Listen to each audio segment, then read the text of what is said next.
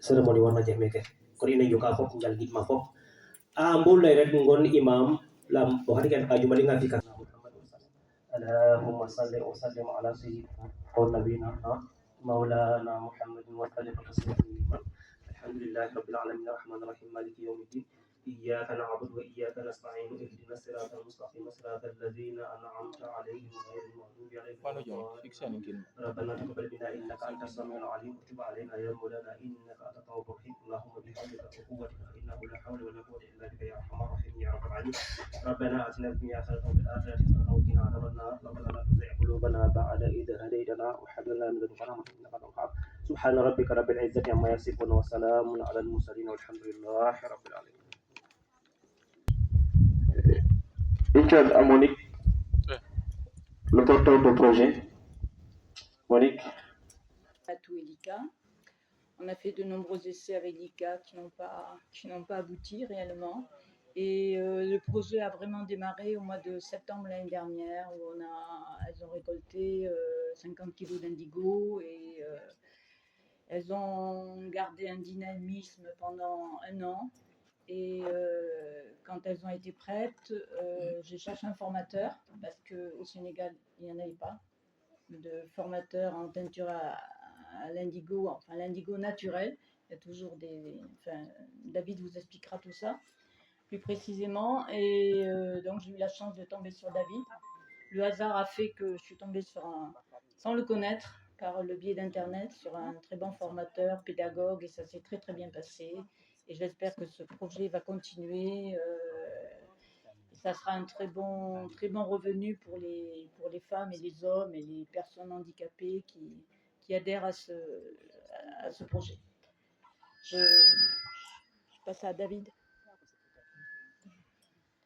Et toutes les personnes qui ont mis autant d'énergie dans ce projet et toutes les personnes présentes aujourd'hui, notamment tous les représentants des autorités locales.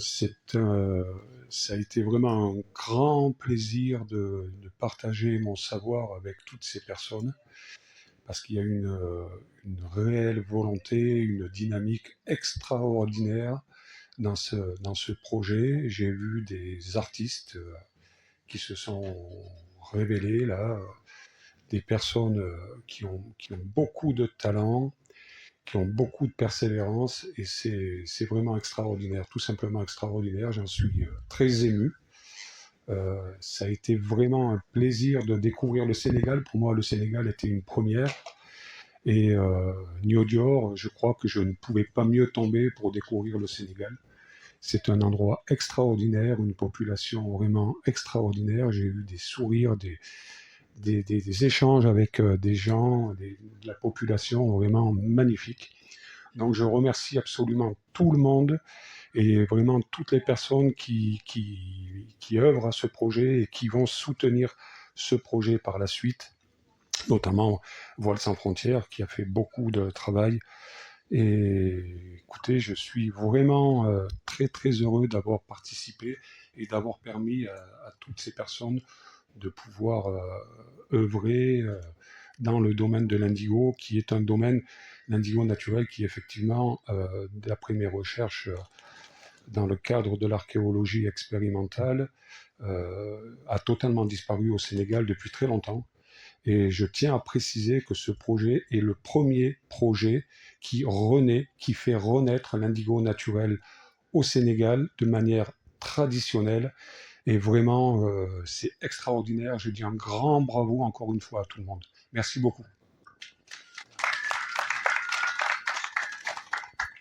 J'ai juste quelque chose à rajouter au niveau de l'association Voiles sans frontières qui nous a vraiment soutenus, parce que c'était pas évident au début. Hein.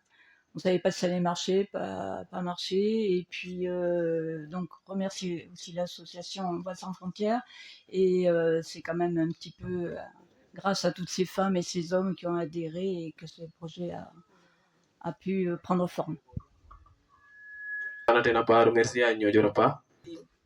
Alhamdulillahi Rabbil Alamin Ar-Rahmanir Rahim Maliki Yawmiddin Iyyaka na'budu wa iyyaka nasta'in Ihdinas siratal mustaqim Siratal ladzina an'amta 'alaihim ghairil maghdubi 'alaihim waladdallin Amin.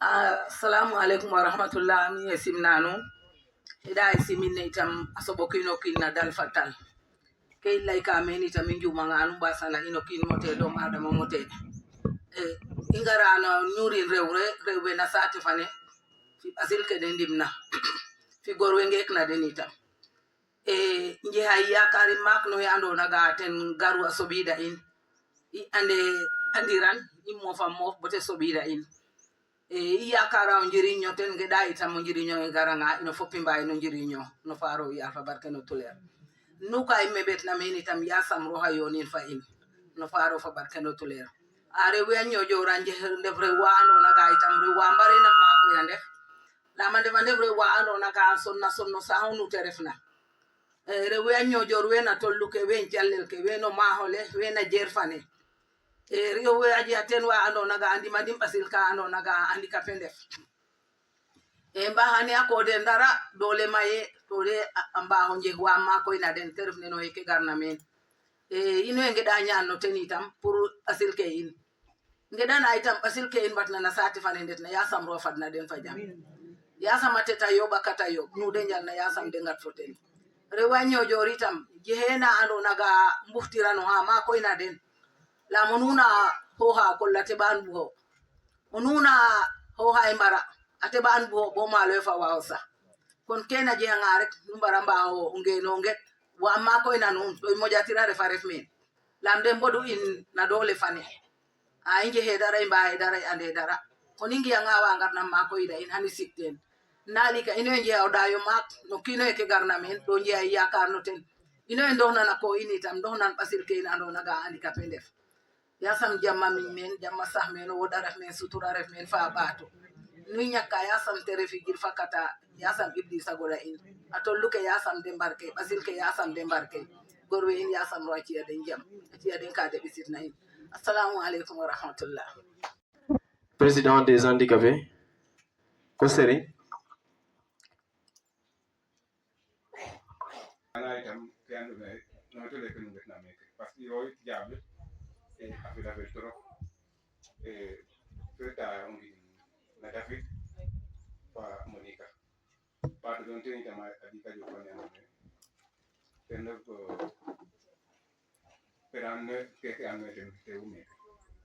to itam ferta ay on gidi mitam no ten fanalo me kana ro mo jata ko kike bati ko me i da mari na ine kan daga ma yoda awa da nyako bati me parce que nyako da mo me to na tere finale mo te bati ko me o in hopper sen ge on gidi no ngete i mbato jo ko anjal ni tam ando me den tewi yu ande bu anna ga den dimu handicap ke i keke anna ga na on gidi ngena ref ara on gidi zata ba i teref ko ando na itam handicapé ke na no jodi wato dembu itam dem mako itam parce que nje dole to nje katan fana ando ne banu aja ten wando ne seja experience comme ne na akiang awa bisa den dimba nje kan naga e ambano nje mani takode me papa nga ken dole mba ira i teref ko ando na gana be ke ngara hotel dipina bagala na ko emeke i dipina bagala ko emeke tam ejaw en nanu masa kitam da majo annaga imba nanu yina to iye da ko mbaye ngid ma itam annaga yi han to ngara rabanda kerna balle fo ngid ma ando ne dem isi duke batin Allah itam batin jayin pour balla ka wana nan ka awa bisani bine ka ando ne na jigi ya na jigi za ta inu ma na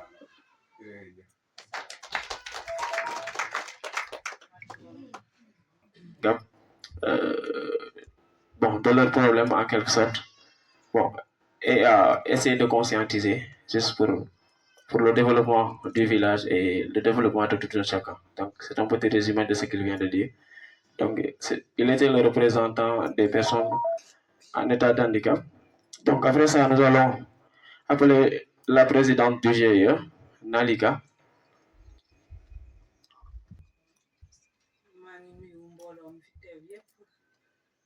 David, Monique, si vous permettez, je veux m'exprimer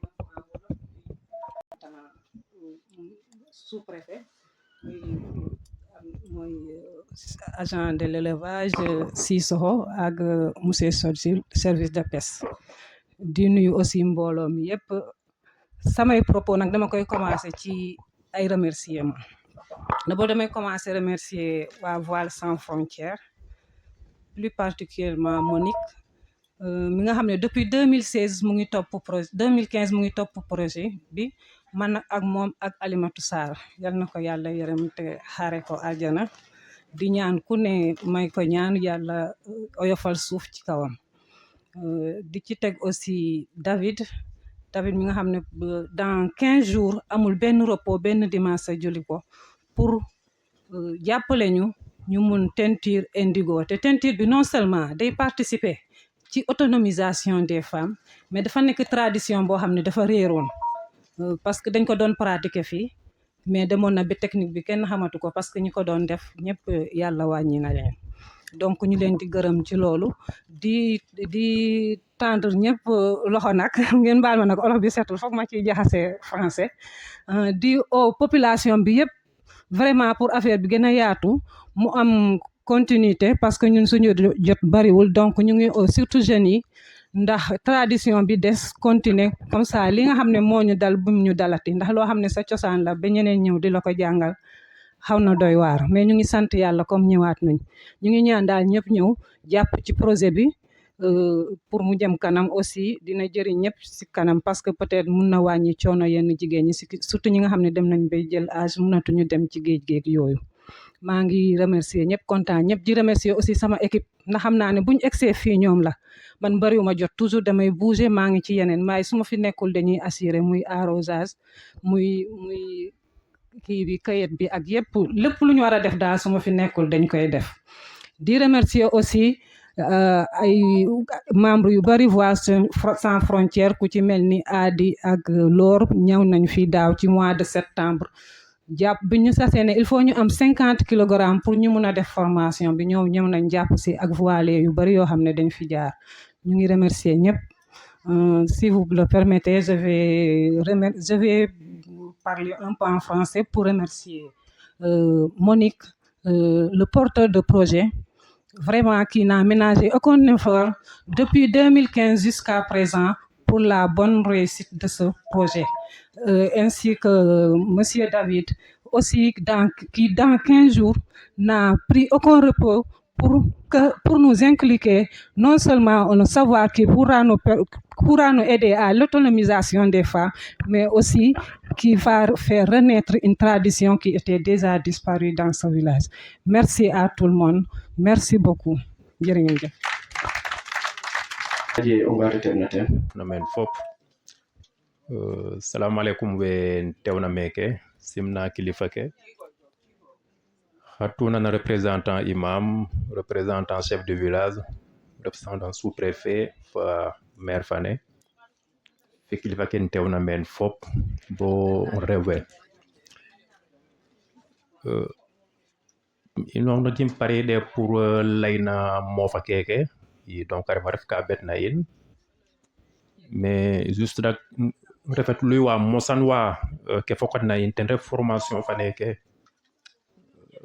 cuup nonan i toyan nga itam ino fop te ref ada fa cosaan fana ñoowe na men depuis ya fi daan wa de ñoowan a ñoow a mbiyexun te foduna in i ndet koy boy cuup nena ret ba moy kami kete moyna ndem si yàlla alimatu in denin nalika in ande du ten ya yoon fa Monique wena Voile sans frontières ino si injem du mbeltaden depuis yan bo fani no mbeltaden ina xalaat mbeltaden tam pexe ka ju fana calel ke mbamir donc aten fotuin faden ime ke i mbanal lay dal carbone te def ga engeda ngado kino kin surtout rewbe de mbin projet ya ko den ke taxuna ino fop yana ga ñomin kay def to ke xupnan rewbe no ma xole de njalla te refa usale bebale inde tanga nak boko ki naji heyna mbisa ji hatiran imba xol lanca do lanca ko in hatta hubo ke nji heyna nji hatiran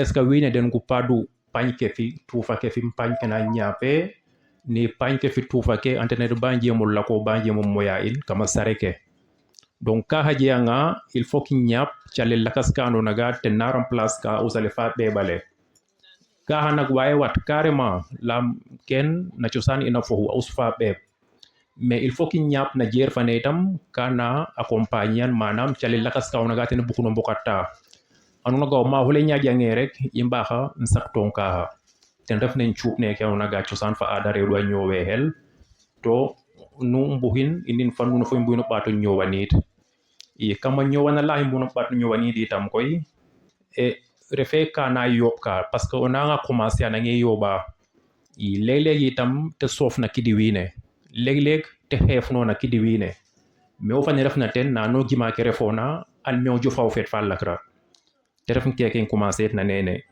no na fe o leng i pay leng pay dik pay tadik awa xaret boke dem bunaten parce que njeta ten kodu nali kay Davidine Monique njeta ten kodu a waxat bola andona ga i payne ke na chupte i payne fay hohum ari utade meke parce que yan chamano fa pa yoru giseyin meke pay ke ndiwte i pay ka handi we hena adanga to jamani fe keredu okin son ke heba worwaji kay pay na chupona no hani payne jalte meke xana chupte meke aji korte meke i avax ke no ndokwa denga tanu no sa avax ka hawi na yallaren mais parce que ngi mana ngim imbalet bonne tami chufne na nonan fane arf ciosan fa adamena in indet bo o sa te jikwe ma xam manu te wornena fo pan gay payne kati pay ñojura refa ñojura xatu ka hatna def objectif fane te fel boutique fam mak fanaw naga boutique re weref ka don ten dikaner kay tam we anona ga a ñow fal anona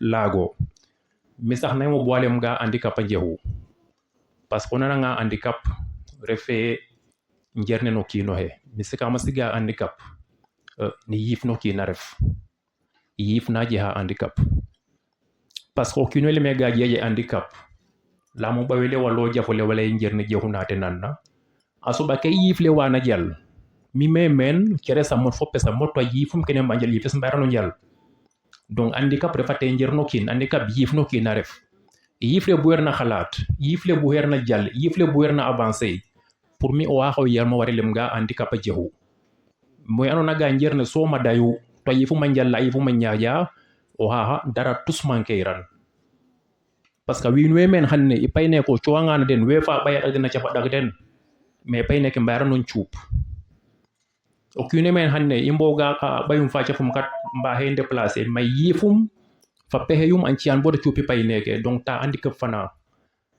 fane refate na bayake fana cafake mais handicap ne yifaref donc kente bu mu lay ten bu mu baten le maga projet fane rewe fi wena le mega handicap parce que miskim ga handicap njewu waha wine mbehe bo projet be dem projet ko den parce que tike yaja nonan fane ako qualité ho rek projet ref o hangan bo pareil transformation fane projet abula ken nonan fane jalle la ref o pare ngay tam we buko nan chupa jalle la ref chup fane pare ngay we buko nan ci kwa itam jalle la ref donc tege ay yaaj fop nga yaten te ref rew fi gor a refate fi mak alors donc je voudrais juste dire David et Monique donc d'abord vous remercier par rapport à l'initiative et prier pour le repos en paix de Ali Matoussar qui a été parmi nous depuis très longtemps et au début également du projet. Donc on prie que son âme repose en paix éternellement.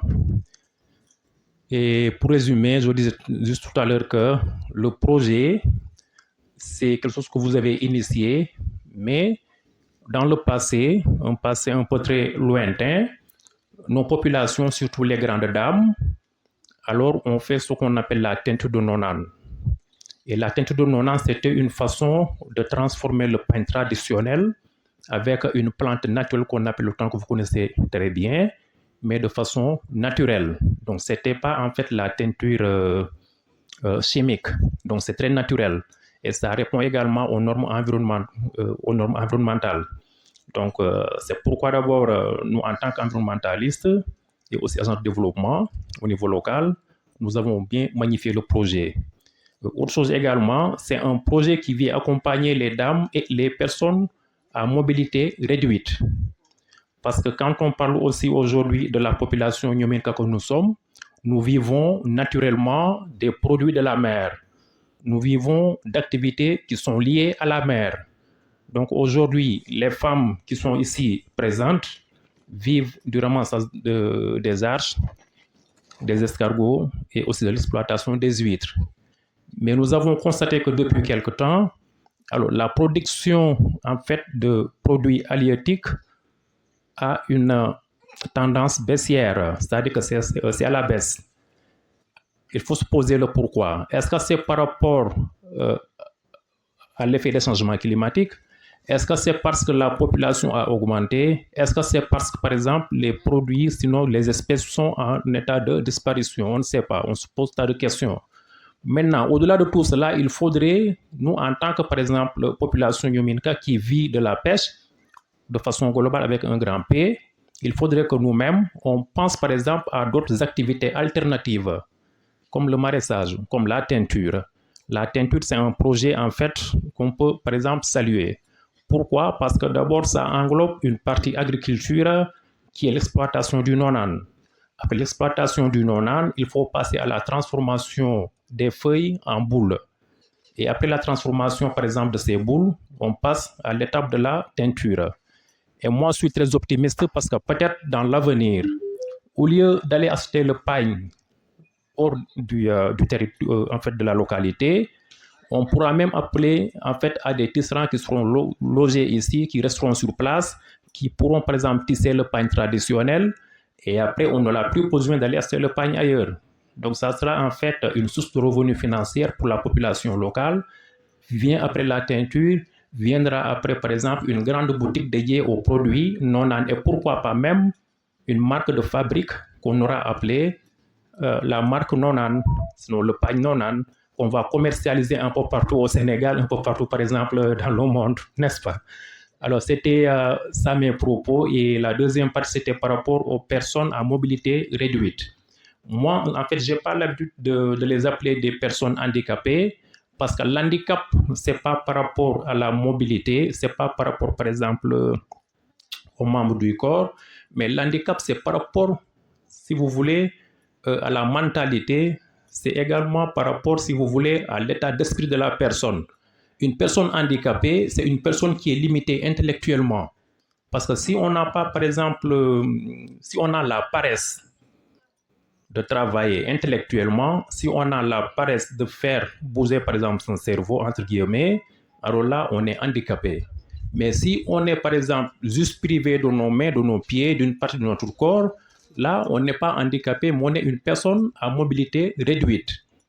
Donc, pour moi, l'handicap, c'est par rapport au cerveau. Si le cerveau fonctionne bien, on est tranquille. Si le cerveau ne fonctionne pas, on est handicapé.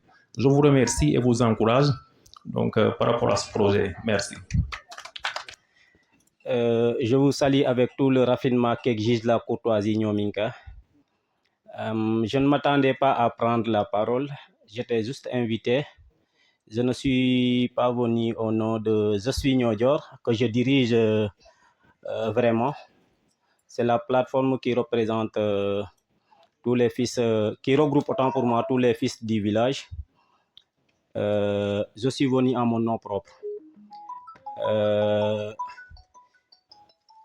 Bonjour, monsieur le représentant du sous-préfet, monsieur le représentant du service, de l'agent des services de pêche. Bonjour Monique, que je connais personnellement, mais peut-être elle ne m'a pas reconnu. On a travaillé dans d'autres secteurs, le secteur de l'éducation. Oui, à Djirnda. Oui. Monsieur David, merci de votre engagement, de votre sensibilité pour le bien-être aussi, à travers votre projet. Bonjour, monsieur l'environnementaliste, mon cousin Dianoun. Merci. Nous ne pouvons que magnifier la journée, d'autant plus que ça se fait sous divers angles. Mais ce que nous souhaiterons, peut-être Dianoun l'a dit, c'est de multiplier les efforts sur d'autres secteurs. Nous avons le secteur de la teinture qui fait l'objet de notre rencontre aujourd'hui, mais d'autres secteurs existent et d'autres personnes s'y activent aussi. Donc, nous vous appelons à investir d'autres secteurs afin que la population soit beaucoup plus bénéficiaire. Merci infiniment.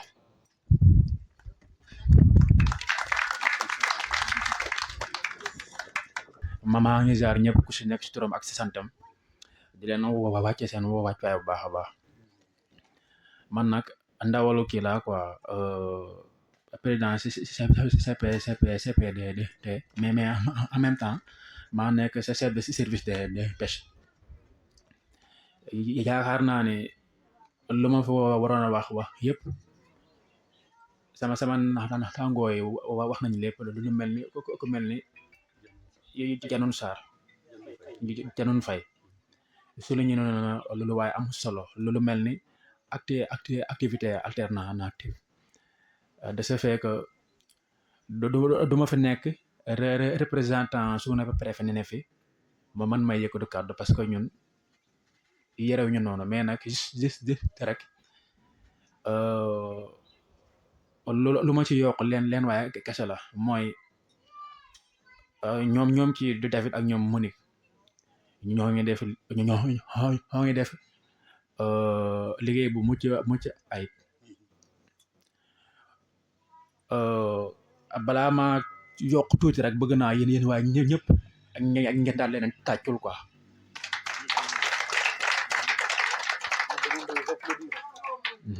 Bravo c'est ça fou quoi parce que état am na foo waa xamante ni parce que état am na foo waa xamante ni moom mënu fa jot mais nag bu fekkee ne am na ñi nga xamante ni ñëw nañu pour waaye nag gunge état ngir di dimbali population bi nga xamante ne ñoom dañoo xaw a la koto wax na dëgg jar nañoo defal njoko njël nag franchement duma def nag lu dul rek tënk wax ji xam naa ne teel a juma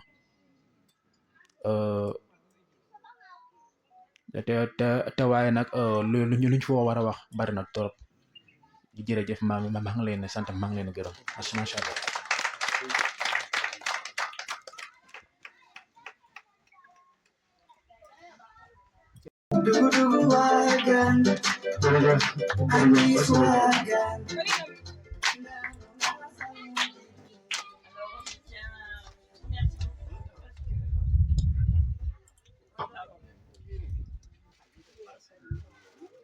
Des remerciements de Monique pour ces personnes qui ont encore pu permettre d'avoir quelques informations sur les techniques anciennes et qui ont beaucoup porté, qui ont beaucoup aidé à motiver les gens à continuer ce projet. Donc un grand bravo et un grand merci pour toute cette transmission des souvenirs. Ça fait très chaud au cœur et c'est beaucoup d'émotions. Merci beaucoup.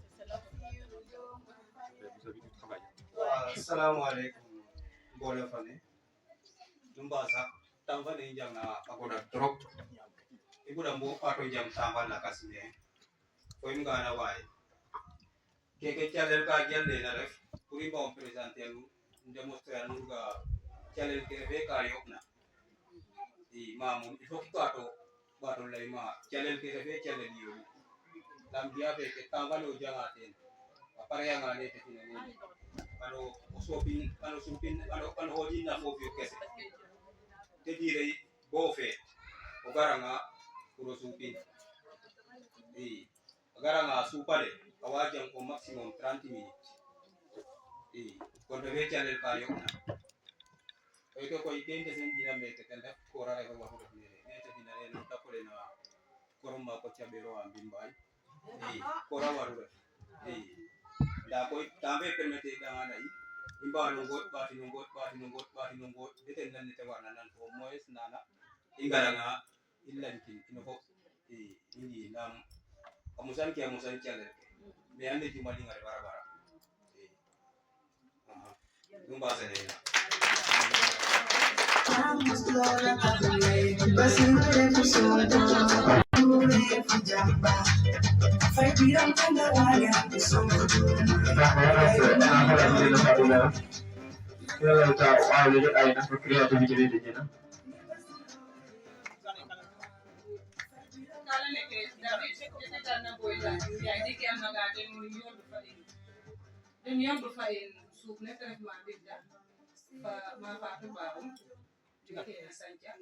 tinga jay wala den no def anaga da den laaj du sik xam xamé na tétike lam kede lay dina bo de imbali yan ka nya pa formé na inde le may do ko hay kam sa fane nya pa nga ko jawa ma na sika technique fane am réalité donc de ninde pour expliquer en boy njiem lu sax bonde ici na ana rek ke bindani na mom de le go réussir le ko échouer de gada fati ba tam no ni koy dabida gana itam tellement rote fiana den kado ko ina ma binta dawa dik na kerfe na fa ba mo ten len go ma no go abindeli gonu man tinga jay ten jewu weke awada ga ko ina hija ko ya le sukun wala jeji ka bisi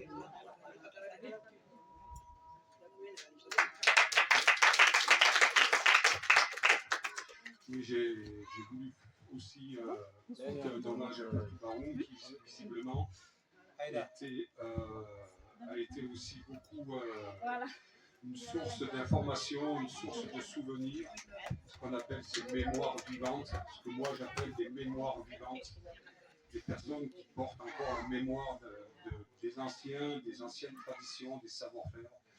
Et ces personnes-là sont des personnes à bénir, à protéger, à sauvegarder et à garder avec nous. Et voilà, je voulais juste apporter ce petit clin d'œil à Fatou Baron. Merci.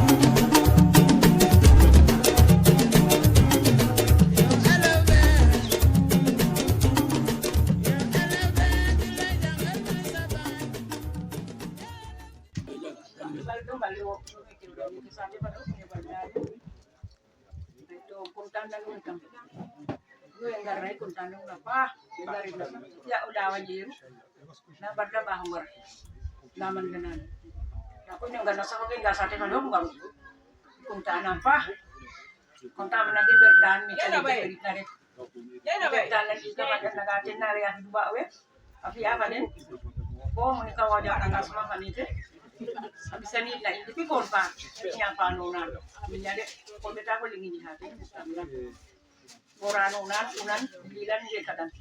Oh dia kecil pun ada simnai. Moni kaya dari kamu, kalau saya tidak ada di sana itu bukan dengan ini. Indo katin Bismillahirrahmanirrahim. Ya semua alhamdulillah rabbil alamin. Kontana kalau kontana apa? Beta kontangan alimatuin sina kekeli kain. Wondu bak di beten bakit natin. Ini goya sate pangitan munggar. Nak saya di sisi tenokinde. Munggar itu guna calil kedalo gari. Dia akan bete buka pangga. Munggar boy njal, boy njibino. Lam calil ke bar kerete. Lam bari ngaro kerete ini. Bar kerete. Kontana aja bahaya kolen jadi kaduna ko piget go sandal mine. Luar ke nana sampai nak kau jam. Lam beta kau jam ada nak. Korso ne kebe kena teni jahiran de torse be keten tu dor iso be kutin. Kira ngonan paninya tidak sida kasu pato kau jirinya nar. Jal luar dara dan jal dan ini. Lam jadi kena kino biya bisidin sebida. Hari sare. Terap de formation pane ke hari sare. Bagas kan jal ta kop de bisidin dara kan jik natin. Okudele mo nyene usai jikira. De bisidin fop ko luina hanjaren jidin. Dua wa hanjaren jidin. Janjar ko si wale. Yo mal ko kutin. Kono ini bisa injal na musati pane nungar kaya. Ko injal, ko njibino. Yamana persone pane kutare Senegal, que no palam tekin. Ama pane kutare Senegal, que pane Senegal. Koni bare olak. Koi de gana kanda boy bare lak boy jeti kata beli kain monikin, deta boy jeti keke. Kona musara kinu ko nungari boy injal boy na ko pindino. Teketen tide. Teketen dar dole so abe tu. Ko millo boy teketen kona patika bara dole. Yo ko ba ko yo ko da te barke para barke no tule na barke la ila. Jere ngen jago aja no ngen jenge bilai na. Na ke so me yo kan ngen ni ka pa ti. Dama barke an top ma di ba kasih ke. Para barke no tule la ila. Ngen jago aja.